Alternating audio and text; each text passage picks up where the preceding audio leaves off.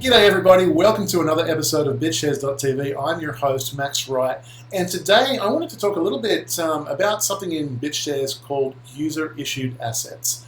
Now, maybe some of you guys are familiar with that, and maybe some of you are not. Often we talk about things like BitUSD and BitBTC and lots of other derivative products in BitShares, and those are another category altogether. Those particular products are completely securitized. They're so that's 300% securitized, as a matter of fact, and there is actual on-blockchain security backing up those financial instruments. But there is a whole other category that the BitShares technology supports, and that category is called user-issued assets. Now, these are assets that customers could just create out of thin air. They exist, and they can put them on the BitShares platform, and they can start selling them. Now, why would anybody, purchase this or find value in these products? And the answer is that we already do this every single day in our lives. Some simple examples are frequent flyer miles.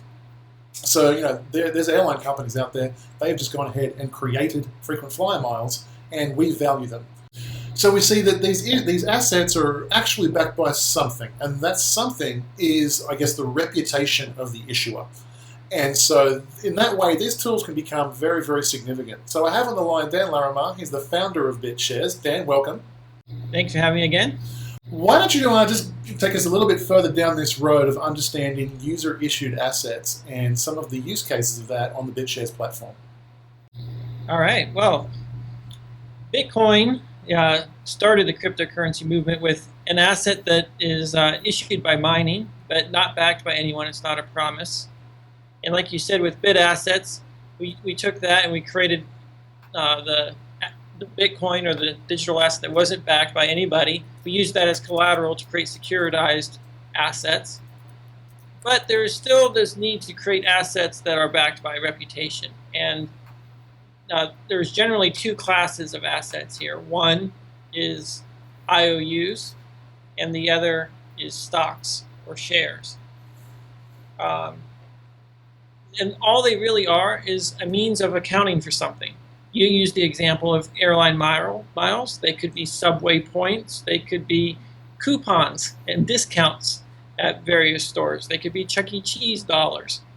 These are all examples where companies or organizations have created some unit, some account that has some value based solely on the fact that there is someone out there who's willing to provide a good or service in exchange for the token. So the concept of user-issued assets has been around for a while, and there are several blockchain technologies out there that have implemented it. Perhaps the most famous of them is Ripple. Ripple is being used by banks to issue the deposits, and you can then trade your IOU banks, right? So when you make a deposit at the bank gives you a bank account, and your bank account is nothing more than an IOU from the bank. Inside the bank, they've got this database of all the transactions you've ever made, and based upon that transaction history, they know what your balance is.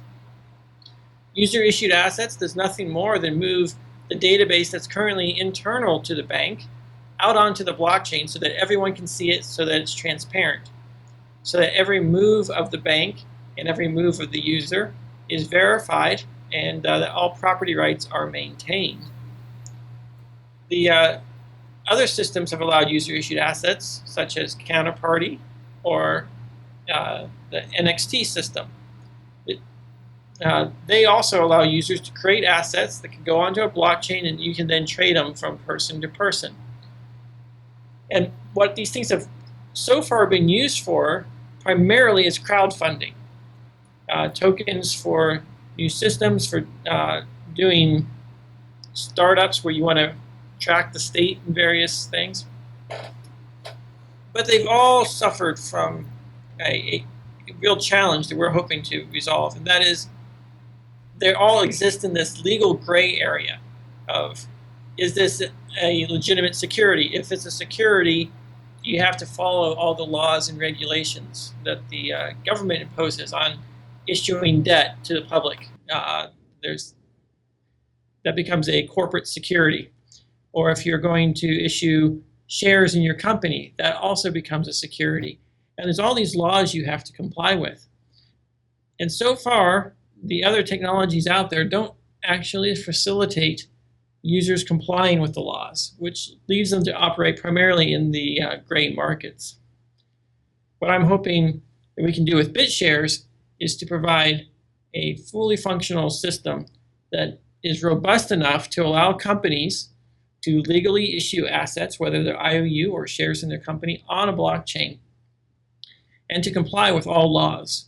And that the blockchain merely becomes a ledger, an alternative ledger to the ledger that they'd be using anyway. A ledger that's more trusted, that allows their user-issued assets to trade against the decentralized assets, the bit assets like Bitgold, Silver, or the crypto tokens like the BitShares themselves. And that provides a whole economy that opens up doors to these assets that didn't exist before. Because today, if you are a small business and you want to issue shares to your employees, you can do that legally. Put it on a blockchain, and now it's easy for your employees to trade it. Whereas before, if you wanted to issue shares to your employees, it's very difficult for your employees to trade amongst themselves. And that's going to make all the difference. There's a huge market, a huge opportunity for people to use blockchain technology within the context of our current legal system. And those are the things we're adding to BitShares with the advanced user-issued asset features. So let's talk a little bit about the legalities of what you're talking about. And typically, cryptocurrencies and blockchain technology is completely outside of any kind of legal control. There's the code, obviously, of the blockchain. It's restricted to that. And sometimes complying to laws are even impossible with blockchain technology. Can you talk a little bit about some of the innovations that you've done that will allow people to comply with local laws still using blockchain technology? Sure. So a lot of the times, if you're going to issue shares in your company, you need to make sure that you actually know who all your shareholders are. There's a law in the books somewhere that says that you need to be able to identify who your shareholders are. The company needs to have the ability to freeze the shares, to seize the shares from a shareholder in response to a court order. So the blockchain technology needs to support the issuer maintaining complete control over all their tokens, even when the tokens are held by third parties. That's sort of counter to the Bitcoin philosophy of no one can take your money. But when you're trusting someone and you're holding an asset, you're holding the asset based upon trust. And that means that if you don't trust them, you shouldn't own it, and therefore giving a company authority to take back your shares, well, sure, they can take it back, but there's going to be a public record that the company took back your shares without your consent. But that will allow companies to comply with the laws that say, well, only employees can own my shares, and I know who they are, and so I can comply with all laws. If I'm going to issue debt, only people who I allow to own my debt can own my debt, and I can authorize as many people as I've done know your customer laws for. And those types of things give the issuers the control they need to comply with the laws. Whereas without these features, an issuer has no way of stopping trade, of seizing assets, of freezing accounts. And that's going to make all the difference for these things, because there's a lot of laws that can only be implemented if the issuer has control over who can own their asset. There's a lot of different rabbit holes we can go down with this one, but let's talk about the issuing of stock, like at a very, very high level. Like, let's say a company that is already publicly listed on one of the major exchanges. Can you talk about what it would take for them to use the BitShares platform to list their stock? What are the advantages, and what the outcome of that would be? A company that's already gone through the regulatory approval to make public offerings in the United States, they can list on a blockchain as long as they identify every potential shareholder. So as long as you identify yourself and they authorize your key, you can now track and manage and hold your shares on a blockchain. And you can trade them with other people who have been authorized. So it's really just a matter of getting the company to sign your identity, and then you can own their shares on a blockchain. Okay, and we should point out this. Now, the BitShares platform has allowed this feature for user-issued assets, but this feature does not apply to the securitized assets we spoke about earlier. They are completely open range. Certainly the issuer cannot. There's no recall capability on those. Correct, because there's no issuer on those. Right. And that makes all the difference. Right. So this is a feature specifically created for user-issued assets, so that Fortune 500 companies all the way down to little stores can be fully compliant while issuing tokens, coupons, frequent flyer points, all the way up to actual stock issuance on the blockchain stuff. I'd like to say one more thing about that. Overstock is very interested in listing their shares on a crypto technology. The challenge you have is, what are you going to trade the shares against? And almost always the answer is, well, you're going to trade them against IOUs. So someone has to issue IOUs onto the blockchain in order to transfer them. With BitShares, you gain the benefit of being able to trade your company shares against BitUSD, which has no issuer, which means you've removed trust, you've removed counterparty risk, and you've removed settlement risk. And that makes a huge, huge difference in achieving the goals that Overstock set out with handling the settlement of when you buy or sell a stock. If you have to worry about fractional reserve on behalf of the IOU lender, well, you've only shifted the trust, right? And you created another entity that you're trusting, the IOU lender, in addition to the company you're trading in. And either one of them is a potential problem. Whereas today's system, if you want to buy stock in a company, you're actually buying an IOU to an IOU to an IOU to an IOU to someone who finally owns the stock, and you're trading that IOU against a similar chain of IOUs for dollars between banks and so on. So we're removing all the middlemen, and so now there's only two parties.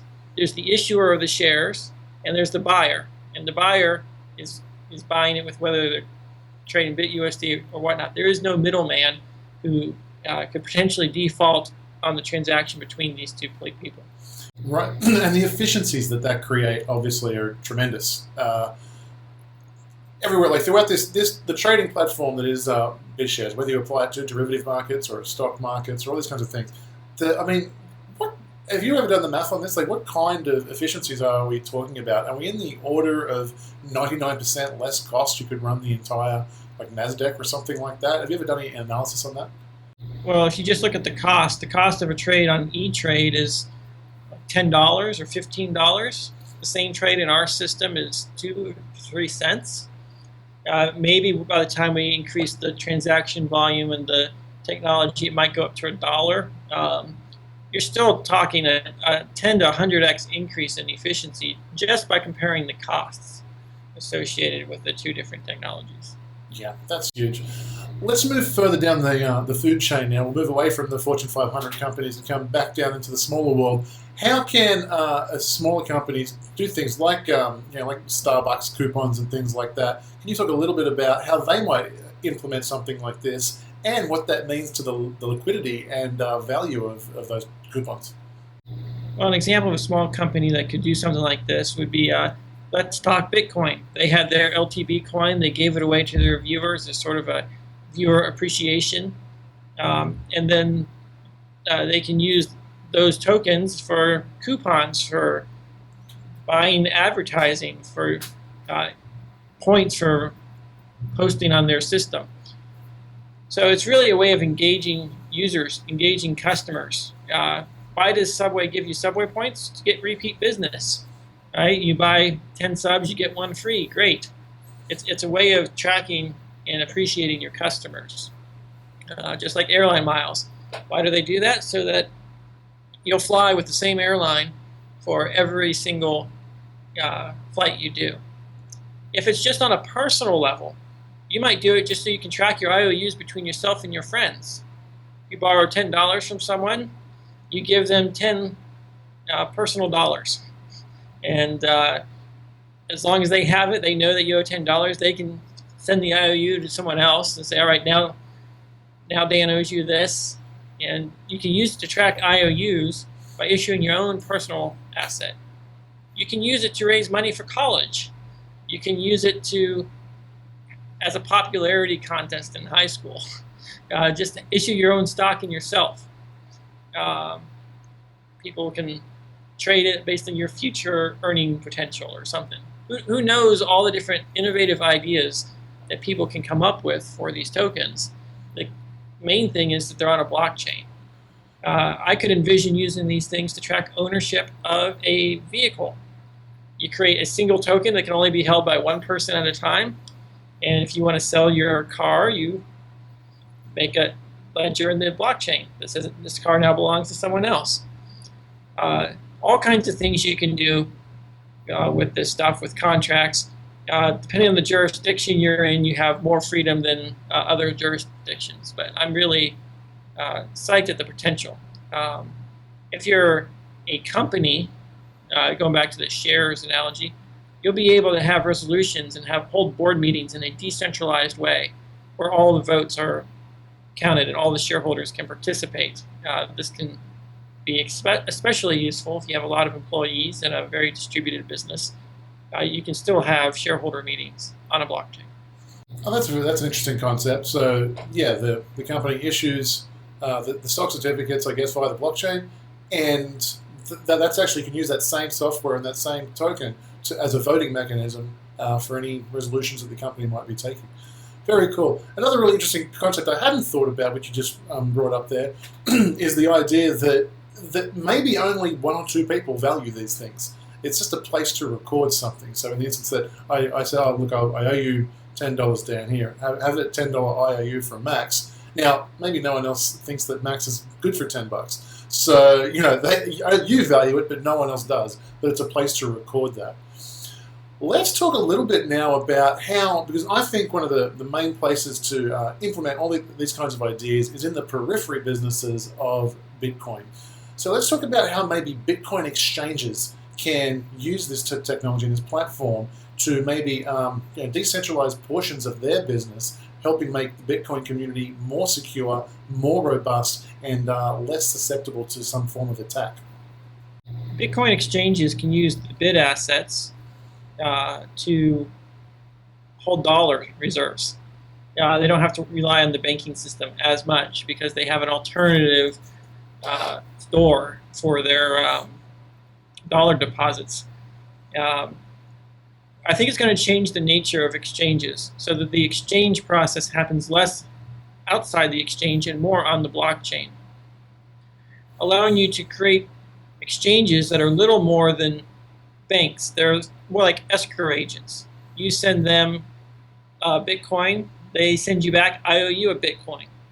And then you can use the IOU Bitcoin on the blockchain to trade against all the other assets, the stocks, the user-issued assets, the bid assets, the bit dollars. And so exchanges get replaced with gateways. And the only purpose for an exchange then would be for very high-frequency trading. But with the speed of the blockchain, the average user would probably get lower fees on the blockchain than they would in an exchange. Because on the blockchain, you pay a fixed fee, a couple cents. On an exchange, you pay a percentage. So if you're doing large orders, you want to buy $10,000 worth of currency, it's much cheaper on the BitShares system than as a regular user on a normal exchange. Because you'll pay a couple cents to place your order. When it gets filled, you've got your order filled. Whereas on a traditional exchange, they'll charge you a percentage. So I see the trading, the market centralizing on the blockchain because markets are more efficient when everyone's in one place. If you take the Bitcoin order books of, there's a dozen different exchanges, people all tend to congregate toward one exchange because that's where you have the most liquidity, you get the best price, and so all the trading tends to happen in one spot. The blockchain can now become that spot where all the trading happens, where all the volume and liquidity is. Yeah, this is a really interesting concept. For those of you who remember, the Goxing incident when Mount Gox collapsed. When Mount Gox collapsed in, I believe it was like April of 2014. In the preceding months, the value of a Mount Gox dollar or a Mount Gox Bitcoin decreased in value as the whispers in the wind were that Mt. Gox was going to collapse. And this is something that we don't. It's not really in our face, except for instances like that. But when you send money to an exchange, you log onto the exchange and you can see that you have a balance of $10,000, let's say. What you really have is an IOU from that exchange for $10,000 that you can then trade for another IOU for a Bitcoin IOU. And it's not until you actually withdraw that Bitcoin that it's actually back in your possession. Whilst it's on those exchanges, you merely have IOUs for dollars and for Bitcoins. And so what you're saying is that those companies can actually issue those IOUs on the blockchain. And so you can maybe send $10,000 to, let's say, Bitstamp. And then the Bitstamp can issue you $10,000 IOU on the BitShares platform. Now from within there, you can purchase a Bitcoin IOU, and maybe that's redeemable at different exchanges at different rates based on their reputation, in the same way Bitcoin has a slightly different price on all of the different exchanges. And I guess that is a really interesting concept. And like you said, what that will do is centralize all of the order books across all of the exchanges across the world, massively simplify their business. Their costs are going to be reduced significantly. They become more transparent, more trustworthy, and the user actually holds the private keys throughout a greater portion of that process. Did I kind of get all that right? Yeah, almost all of it right. You use the gateways, I call them, to issue their assets. And the only people that end up holding those assets are the people that are transitioning into or out of the system. You might take an IOU dollar from a gateway, but if you're going to stay in the system for a while, you want to convert that IOU from the gateway to a BitUSD, which is fully collateralized on the blockchain. At that point, you now hold a dollar without any counterparty risk. And then you use the bit assets for all your trading. And you only go from a BitUSD back to an IOU USD when it's time to exit through one of the gateways of your choice, which means the gateways are only dealing with money, net inflow and outflow of the system, but not all the money that's trading on a day-to-day basis. And that dramatically reduced risks, because one of the biggest costs in cryptocurrency is the conversion to and from real fiat. So if you can minimize the number of times you have to make that transition, and if you can stay inside the crypto space for the majority of your transactions, whether you're buying with shops or you're trading or you're speculating in the stock market, you maintain your freedom. Yeah, and so I guess what you're saying is the role of those exchanges become as on-off ramps and not as order books. They use the order books of the BitShares platform.